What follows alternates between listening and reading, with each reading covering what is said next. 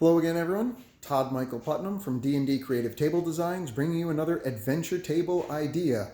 This one is the Cavern of the Arachnids.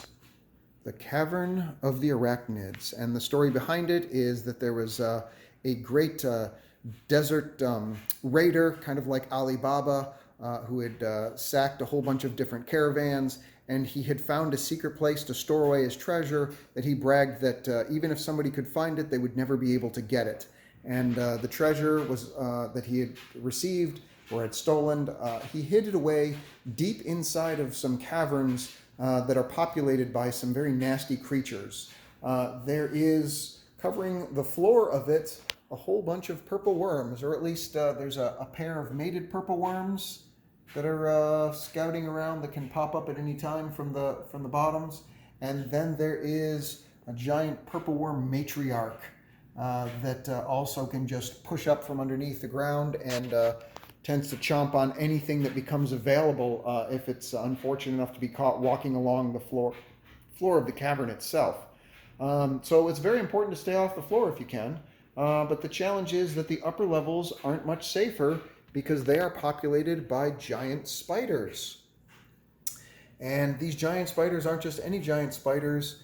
There is some kind of a mutant, warped, giant matriarch female spider. Matriarch female, Todd. It's a little bit redundant, but that's okay. A matriarchal spider who she rules the roost.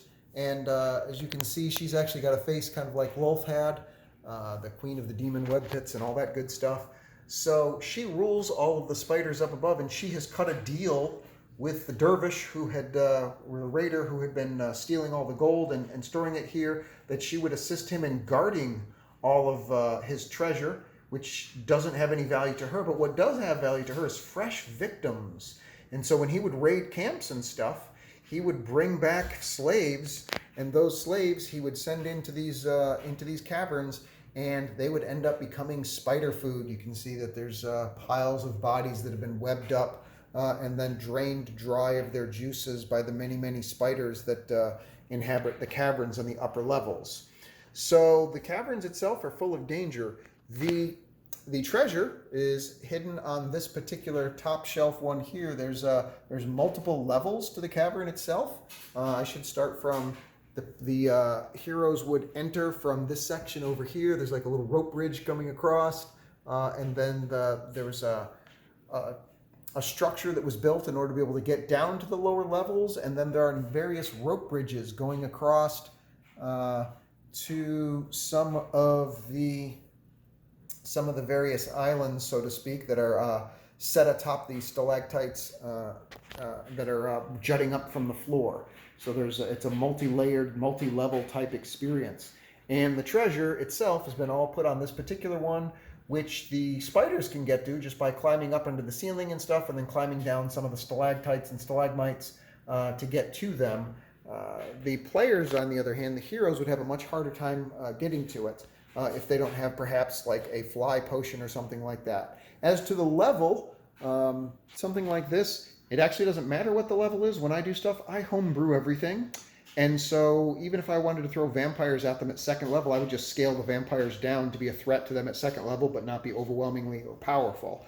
So I try to avoid the level tropes and, we're this level, so we're going to get vampires. This level, we're going to get mummies or whatever. I skip past all that, and I can introduce whatever level monsters I want at any level that I want, because by just playing with the stats, I can make an appropriate challenge, and I'm more interested in telling a story that's fun and exciting than matching with the CR rating for when this monster should show up in a character's career arc, as it were. So that's the basic idea behind it. As far as the build is concerned, there's a number of things to it. The mat is a vinyl mat that I got from Noble Knight Games quite some time ago. Vinyl is okay. It's cheaper. That's the good thing. And it rolls up smaller. That's great about it. And of course, it looks great. The downside to vinyl is that if you've got sunlight coming in, it can sometimes be reflective off of it. And that can be a little disturbing to people's eyes after a while. It can be distracting, I should say. These big tall walls that I have back over here, you might have, if you've been following me, you've seen them before. These coming from the back side, these are Game of Thrones The Wall display toys that I just had repainted up so that they look like they're rock. And they have these nice little steps and stuff on here that I can just put a mini on there, and that way you can have a climbing thing going on. So they work great for that. So that's what those guys are. These rock pieces down here are Monster Fight Club. They have a black wash put on them, but I love Monster Fight Club for their rock terrain. It's fantastic. They have two different colors of it. They've got the brownish one and they've got a gray. These obviously are all the brownish ones. So those are from Monster Fight Club. Here's a better shot of some more of them. And these things are great because you can actually put them together, and there you go with putting them together, and you can see that you've got, you build something that's a higher level. So they put some thought into it to make them very useful. And then they have different smaller ones like that, and then they have little small round ones. So there's three varieties basically for those. These giant stalagmites and stalactites here are from the Skyless Realms Kickstarter from EC. Is it EC3D Designs? Yes, EC3D Designs. Their Skyless Realms Kickstarter is fantastic. So you download the files and print them out, and they work great for that. The top pieces that I have here, this stuff is XPS foam. If you're a crafter type, you can certainly craft it yourself. I got these off from Exclusive Terrains from You, off of not YouTube, off of Etsy. I apologize, no, off of eBay. Got them off of eBay, but she doesn't appear to still be in business, which is too bad because she made great stuff. But that's all that is XPS foam. So if you've got a little bit of skill and you got a little bit of time, you can certainly make your own. And I just have it piled up.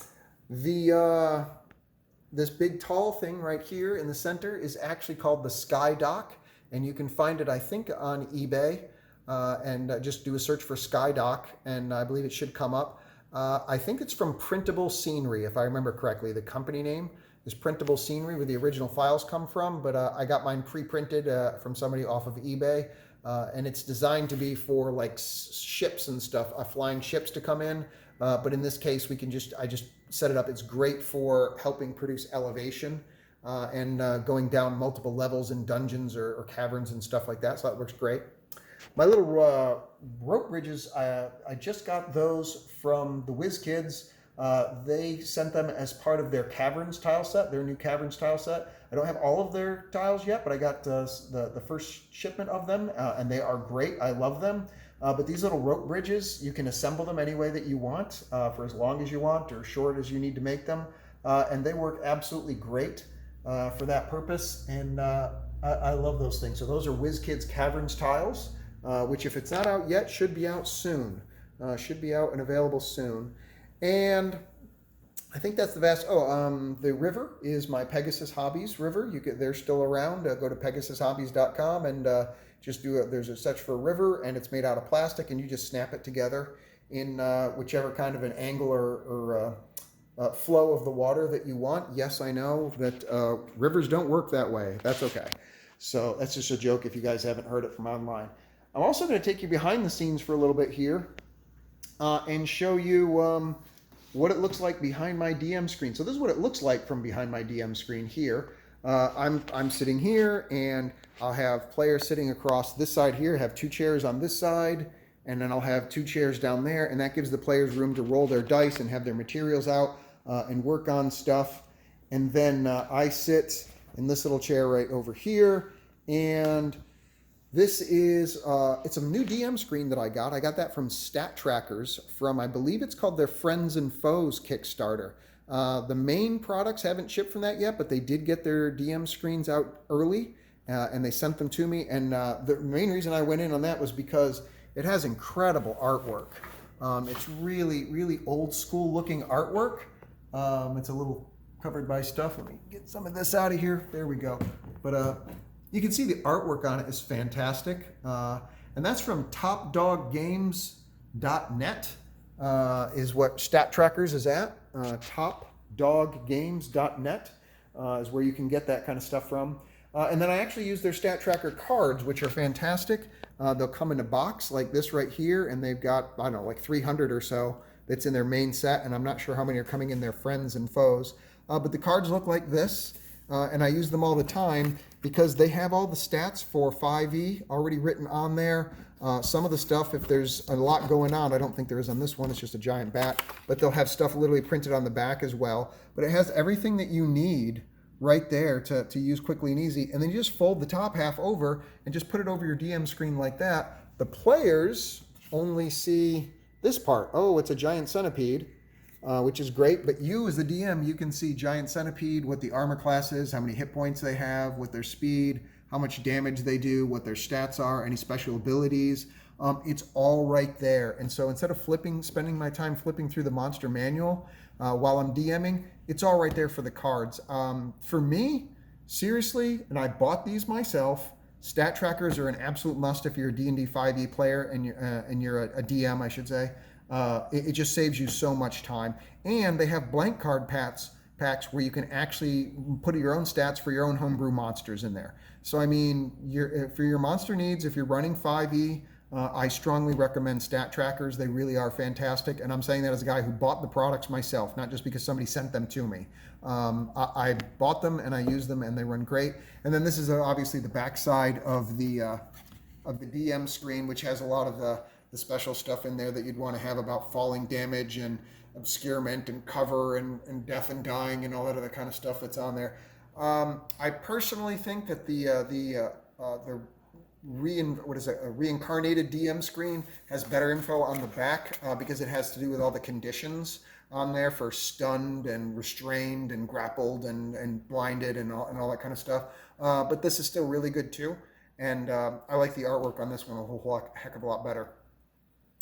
And then right here, this is a homebrew thing that I have. These are just 3 minis that are Reaper minis. And what I do is whenever anybody drops down to 0 hit points, any players drop down to 0 hit points, of course you start making death saves in 5th edition D&D if you're playing that. I put these Reapers 30 feet away, and every time they fail a death save, the Reaper gets 10 feet closer. And once it gets to the player, it cuts the silver cord and the player is dead. And it's just a visual mechanic that helps everyone see how much danger one of their compatriots really is when they're making their death saves. They 1 away, or they 3 away, or they, how close are they to death? And that just helps the other players at the table have a better understanding of just how much danger one of their compatriots really is in. So I use them for that. And then this here is just a big flat dry erase board that I use in order to keep track of hit points and stuff. I just write them down, and then when the creature's dead or whatever, I just wipe it off, and it doesn't take up any of my room. That's what I like about it. Is it just covers the area, but I can put stuff on top of it I need to. Extremely useful. I got it off of Amazon, and it's just a flat dry erase board that's a matte, and works great for that. This here is, I totally forgot where I got this from. It's basically like a little mimic box. And if you take this cover off, what I did is there are some coins from Valeria, which is from Dwarven Forge.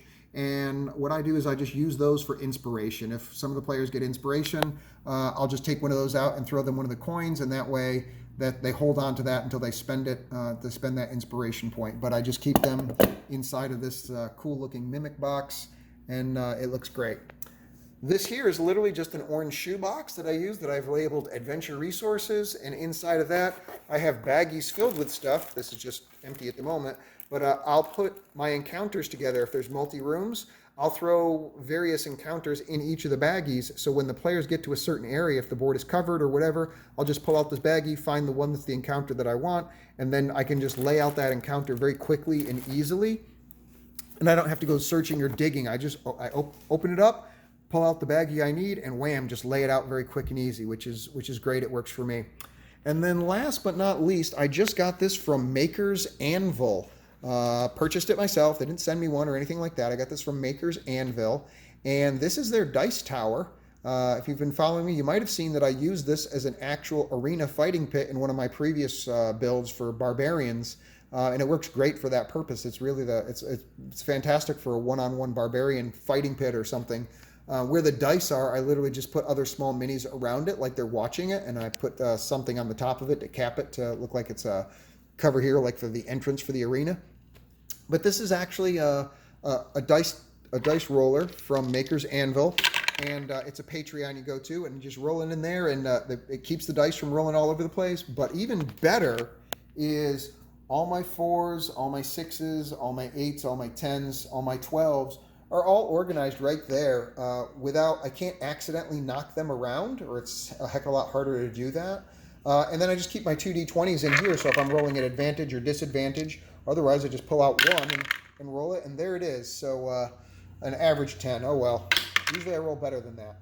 So there it is. That's from Maker's Anvil. That's a Patreon, so you would have to sign up for that for a bit if you wanted to be able to download the 3D files for that and have it be printed, which is what I did.